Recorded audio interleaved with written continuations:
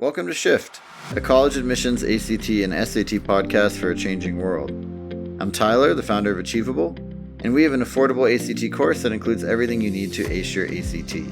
A full textbook, tons of ACT questions backed by our memory-enhancing algorithm, videos on key topics, a built-in study planner, and full-length practice exams. You can get a free trial at achievable.me, and if you like it, the code podcast gets you 10% off at checkout. Now, let's get started. Today, we have Joan Casey from Educational Advocates College Consulting back on the line with us. And Joan, thanks for being on, and I'd love if you could just introduce yourself to people who haven't heard you before. Thanks, Tyler. Again, I'm Joan Casey. I'm the founder and president of Educational Advocates College Consulting, and we're a national college admissions practice guiding students and families through the complexities of the college application process. And we like to do it with some fun and a sense of humor and by ratcheting down the anxiety. Yeah, fantastic. And so today we're going to be talking about college admissions for athletes or prospective athletes, technically. And just for me, as somebody who was not sort of into athletics going into college, let's say, I'm really curious about this one. So why don't you just start us off with kind of where do you start when you're talking to families and students that are athletes? So usually, when people come to you, they'll say something like, oh, he's a great lacrosse player, or she's a, great swimmer. They'd like to continue if they can to play their sport in college. So that's kind of typically where it starts. Students come in expressing interest. So let's start with that scenario. So if you're a runner or a swimmer or some sport where you have times, it's in some sense a much easier process Mm-hmm. because you look at the colleges that you're interested in. You can take a look at the team and where their times are for various events, and you can get a sense of like, I'm only a sophomore and I'm almost there, so it's not crazy to think that like a year from now I might have a time that could be attractive to that coach. Mm-hmm. Or you're looking and saying, yeah, I'm looking at this and I can tell I'm definitely not going to be a Division One swimmer. Let me take a look at the Division Three numbers. So for that kind of thing, it's a little easier. Now for the sports where the coaches need to see you play, so things like soccer, baseball, football, all of those kinds of sports. The students need to get seen by college coaches. So they usually do things like go to certain showcase tournaments, and there's all kinds of camps. Like there are certain camps for football, there are certain showcases for all these different sports where, if you're shooting for the Division 3 level, there'd be a set you would go to. If you're shooting for Division 1 or 2, there'd be a whole different grouping that you would go to. And the idea is like that you get seen and somebody takes an interest in you. Mm-hmm. So those are kind of, the various scenarios.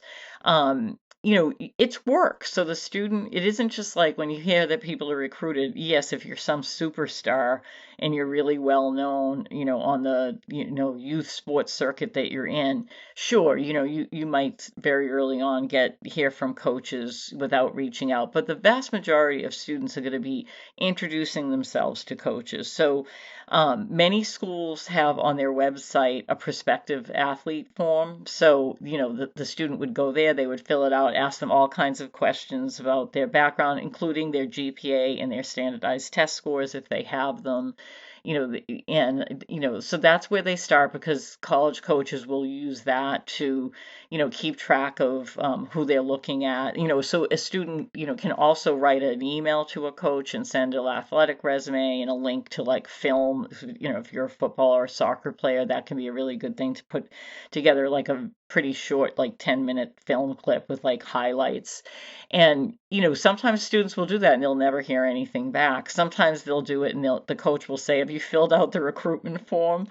And then, the big D1 schools like, Alabama for football, like they're probably not going to have a prospective athlete form on their website because, they have their own way of going after and recruiting students. So that's kind of like a very quick overview. But as I said, most students are in that camp of reaching out, introducing themselves, and then like keeping in touch every few weeks or every few months with updates. Like, I had a race today, I broke my personal record by this time, or, we played, this soccer team and this is what happened, and just kind of keeping in touch with the coach with news in the hope that, that the coach will eventually respond. And they, of course, often do. Hmm. Right. And I Yeah. mean, So that that's kind of like just a general tactic in college admissions, right? It's just keeping people warm and giving them yeah, like multiple data points so that when you are right. coming to them with the ask, it's not the first time reaching out to them. And also you've shown like progress and you've kind of got them following along your story. I think it's a really good tip. Yeah, and sometimes, students will now follow coaches on Twitter and Instagram, and they'll have their own Instagram and Twitter pages that are kept clean and not have like their social life on them. They don't just have to post athletic things, but it's a good place for them to, post things about their games. And it's important to know that coaches, they obviously want to recruit students who they need on their team, who are going to add value athletically to their team. But they also want to take students who are good kids. Like, if you're posting things that kind of show you have an attitude, or that you're not a good sport, or, a video clip that shows you like slamming the ball to the ground because things didn't go your way, like that is not going to help a student get recruited. They definitely want people that are going to add value to their team athletically and be collaborative and, be good sports. So I think that is also something that's really important.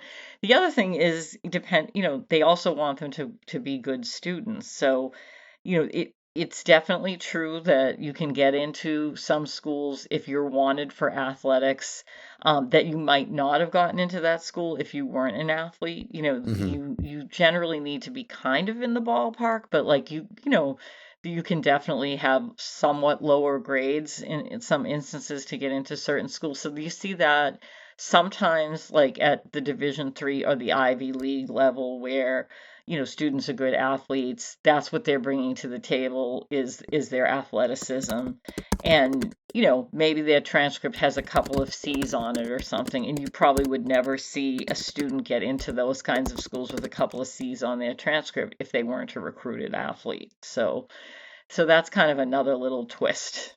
Yeah.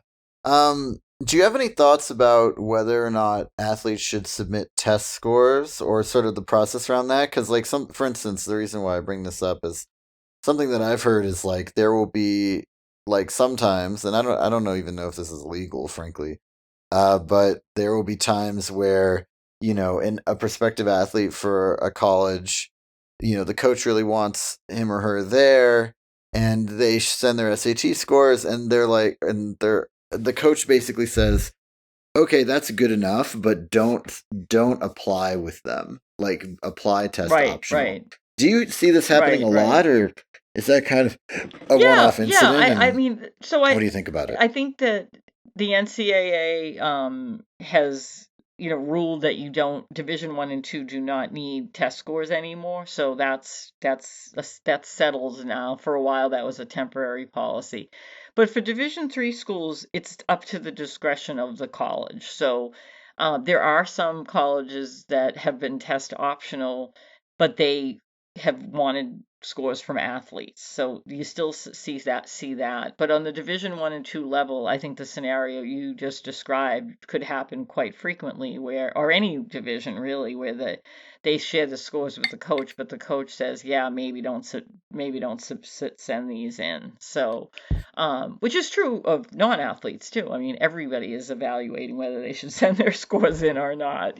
So but yeah, we definitely see that. Great.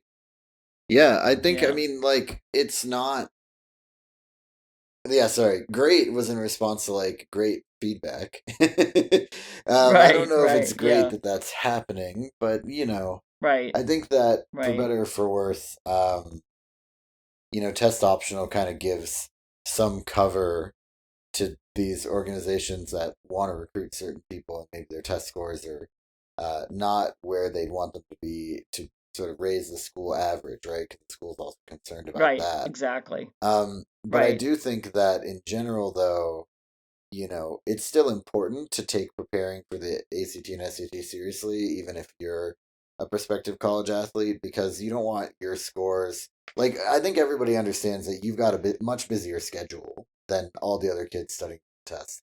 So you don't right. necessarily need to be the best score, but your score has to be good enough that it shows you have the academic aptitude to not flunk out of said college, right? Right. Right. And the other thing is there are some states where by legislature you have to have test scores. So maybe the college wouldn't penalize you if you had a lower score, but they need to see them. So like Florida, Georgia, Tennessee, states like that, they require you to submit a test. So you can't not take the test if you want to apply to public universities or colleges in those states. So I think that's also something that's important for students to keep in mind, that they may, not realize that they want to apply to a school in one of those states, and you don't want to be caught late and say, "Oh, I thought I was not going to take a standardized test, and now I want to apply here. Now I have to scramble." So that's true for athletes and non-athletes. And I think the other thing that for athletes that's really important to keep in mind is that a coach cannot offer admission. So sometimes families and students get confused about that. Like the coach could be really interested in a student from an athletic perspective. He could tell the student, "You're my number one recruit." But if that student doesn't have a strong transcript, that's no guarantee that they're going to get into the school. So typically, what you want to happen if a coach is interested in you, then they'll ask for your transcript and, as you just alluded to, your standardized test scores. And Mm-hmm. the student will send those to the coach, and the coach will look everything over and pass that information on to the admissions office for a pre-read. And then that pre-read will come back, and the coach will either say, they can't support you. I'm sorry, I won't be able to, you won't be one of my slots that I ask admissions for because they don't feel like you'll be admissible. Or, yes, they thought you look good, and, I'm I'm interested in you. So that might be a point at which a coach asks for a verbal commitment, and in the case of Division One, of course, there's the national letter of intent and some more formal policies than happen at the Division 3 level. But students should, if you, let's say you're a Division 3 student, you have a verbal commitment for a coach. They've asked you to apply early decision. You do apply early decision, but maybe you got a C in like AP US, AP Gov senior year or AP Bio or something, and the admissions office sees that C and they say, "We're going to defer the student. We're not really a school, so we need to see the student bring that up, and we'll defer the student. And if the student brings the C up by mid-year, then, we'll admit the student, in the regular round." So sometimes families and students aren't aware of that. So Mm-hmm. I always advise students to get other applications ready, just to be on the safe side. Not a ton of other applications, but a few others that they've researched, so that in case anything does go, in a way that they weren't expecting, that they haven't put all their eggs in that one basket. Yeah, I mean that's good. It's a good idea. Anyways, right? Because you never know, Right. especially like what if they find somebody that they like better at for the team, right? And Exactly. things like that. You just never Yep. know. Um, but yeah, I mean, I think that is really interesting, and I also think that in general, you've got to keep um keep a number of teams or schools warm, right? Going back to your keeping things warm comment earlier, that also can potentially help you. And tell me if I'm wrong here, but can you, let's say you've got two teams that really want to recruit you. can you kind of, obviously you don't tell them like, oh, North Carolina's talking to me or whatever, like you kind of keep it vague, but can you play them off of each other to potentially get like a better scholarship or things like that, or would you not recommend that? I wouldn't recommend that. Okay. I don't think I would recommend that. I mean, the vast majority of college athletes are not getting any money, honestly. I mean, there are only certain sports that get money. Some students get very little money. So Division 3, you don't get money at all.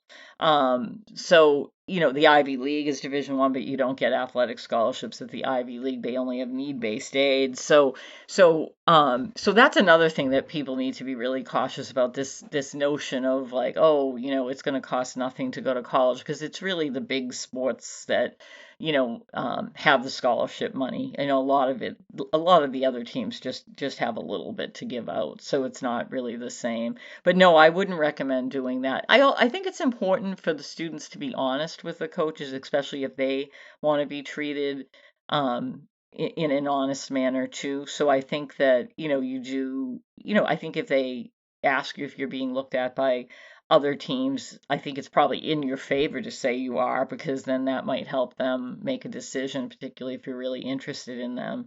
But I also think at some point, if a student has decided to pursue a particular school and other colleges ask them, I do think it's a good idea to be honest about that.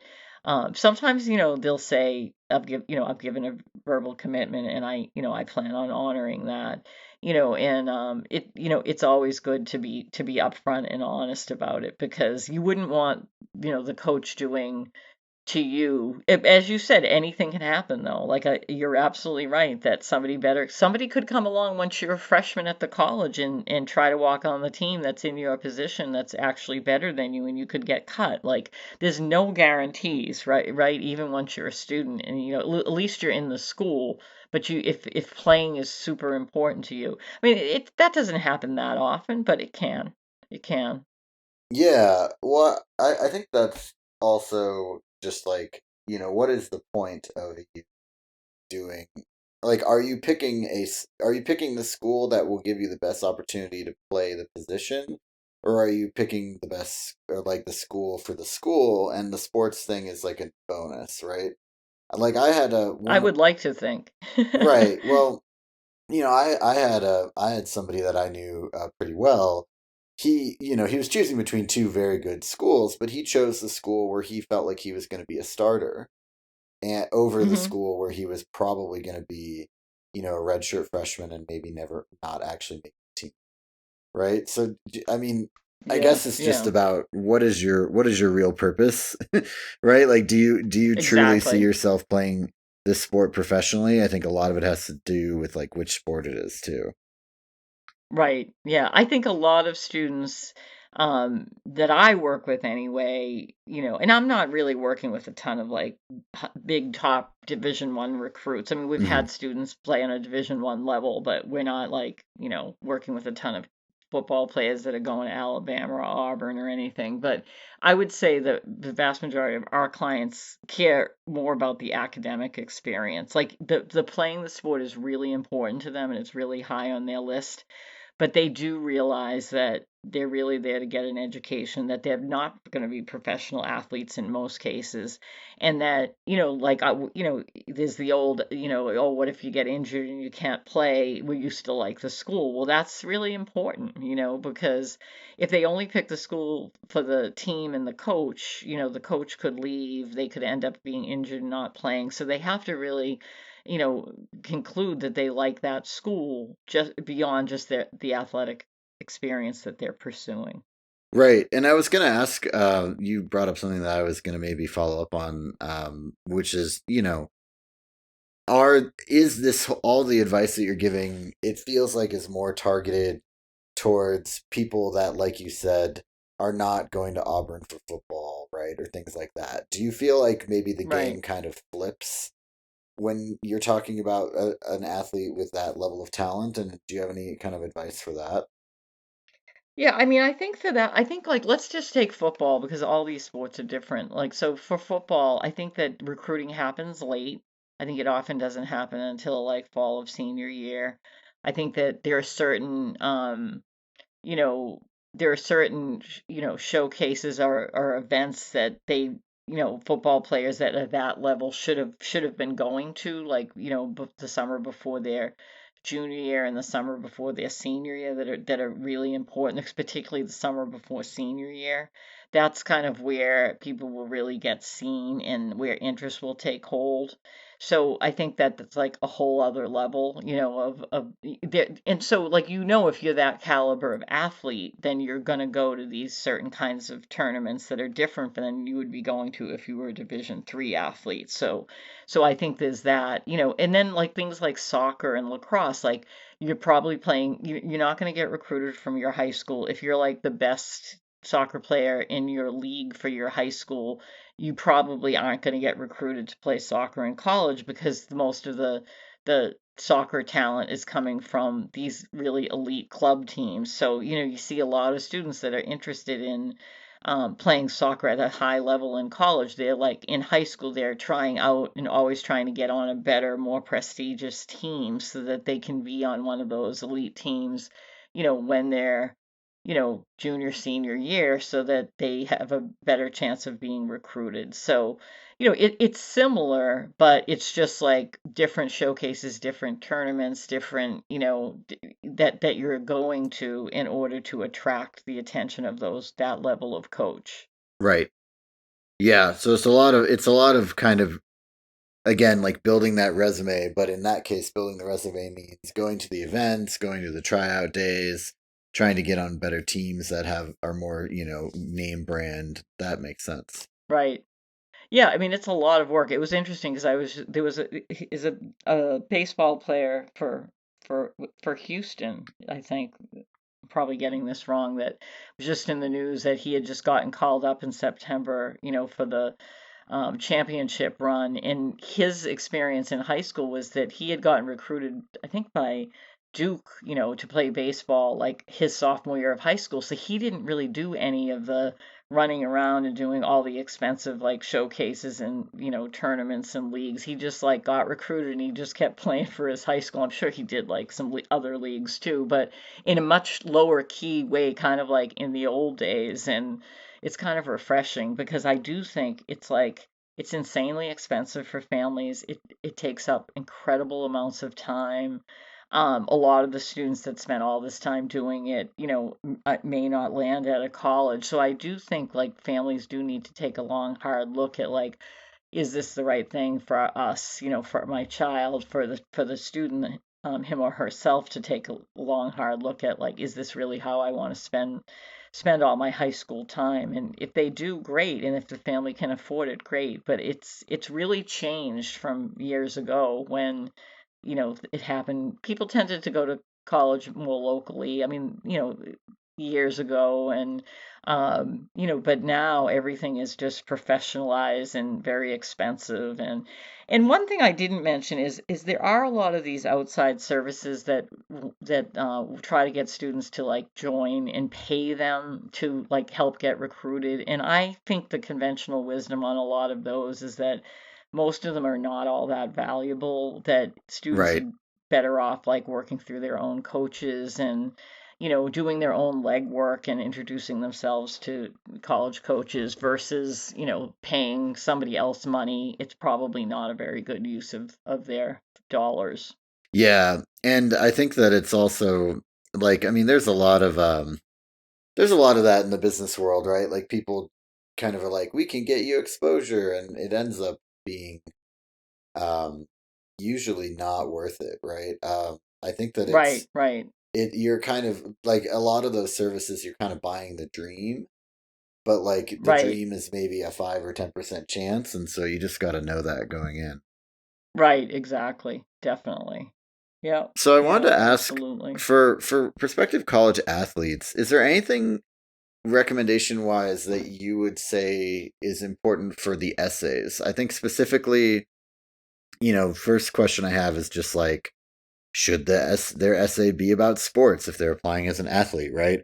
Because I think that it's a little bit of a conversation that I hear with college admissions counselors where they're like, well, applying to college, everybody's heard the same sob story about how your team lost the championship like 400 times, so you should really do something else. But does that does that logic change when you're applying as an athlete, or is there any sort of tips you have for the essays in general? Yeah, I wouldn't write about I would try to write about something different if I were a prospective athlete. It doesn't mean it can't have anything to do with athleticism. For example, maybe a student writes an essay about like how what they had to do during high school to manage their time and to like continue to do well in school and pursue their sport. Hmm. That could include like navigating family relationships. It could include like, you know, having to earn money over the summer to help their parents pay for some of these tournaments. So like there's a lot of stories in athlete. If they feel like, oh, this is what I spent all my time doing, it's such a big part of my life, there's a lot of different ways you could come at an essay that could be meaningful, versus I don't think anyone should write the big championship essay, and they probably shouldn't write the I tore my ACL essay either, just Oh because, yeah, and I don't mean to be like disrespectful of like, that's obviously like, you know, if you win it's the a big major championship, injury. that is Yeah. super excited. That's great. And if you tear your ACL, that is awful. Like I don't mean to be dismissive of those experiences. It's just that the colleges are probably going to have read those kinds of essays, and so if the goal is to help them get to know you, there's probably more to both of those students than their injury and their championship. So there might be a place to talk about the championship somewhere, maybe in their activities list, but they can probably find, you look at least the personal statement, the Common App essay is, their opportunity to talk directly to the college and to let them know who they are as a person. So students really want to think like, well, what do I want them to know about me that's not going to be so obvious from reading the rest of my application? Like, what makes me me, and what story can I tell that will bring that to life? So Hmm. that's what we try to get every student to do. So I'm not one that tends to say like avoid, here are the 5 subjects to avoid, because you could probably take one of those so-called forbidden subjects and find an angle on it that would work. But, you just want students to be genuine and to show their true selves. Right. Yeah, no, thanks for the tips. That makes a lot of sense. And then the last thing, at least I had on my kind of short list of questions to ask, is about letters of recommendation. Because I feel like if you're an athlete, you know, getting a letter of recommendation from your coach, it might actually be really important. Do you agree with that? And do you have any sort of advice around that? I think it depends, because I think most colleges on the admission side, they don't really care. I mean, so colleges come in different camps. So there's colleges that, some colleges won't look at recommendations at all. Some of the really big like state university systems and that kind of thing. Lots of colleges will ask for one counselor recommendation and then one or two teacher. So usually they want to admit you to the college based on your academic performance and who you are as a citizen of the school. So the school counselor recommendation could incorporate, for example, information from the coach to say like he's, a great athlete, good sportsman, that kind of thing.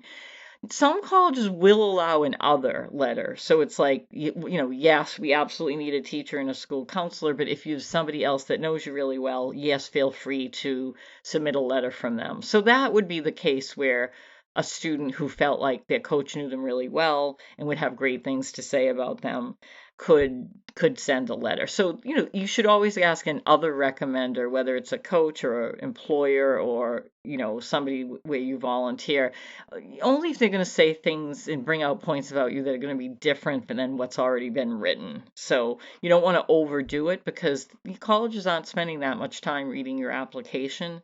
So if they're taking a few extra minutes to read something that's basically saying the same thing that everybody else said, that's probably not gonna a good use of their time. Hmm. They might skim over something else in the application that you wanted them to read more closely.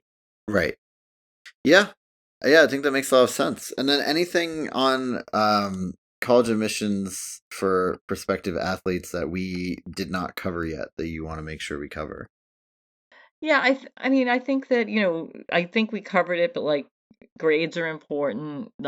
Yes, sometimes athletes can get in with a little lower GPA, but again, it depends on the school, and they still need to be reasonably good students. So, students should not forget their academic abilities, and they should also make sure they're this is for admissions in a direct sense, is that, like, if they get a letter of intent or they get a verbal offer early, they're a fall athlete and their sport is over, they need to keep in shape, and they need to keep things going on all levels, academically, athletically, till they arrive, well, through when they arrive at that school, because that's what's going to make them attractive to the college coach.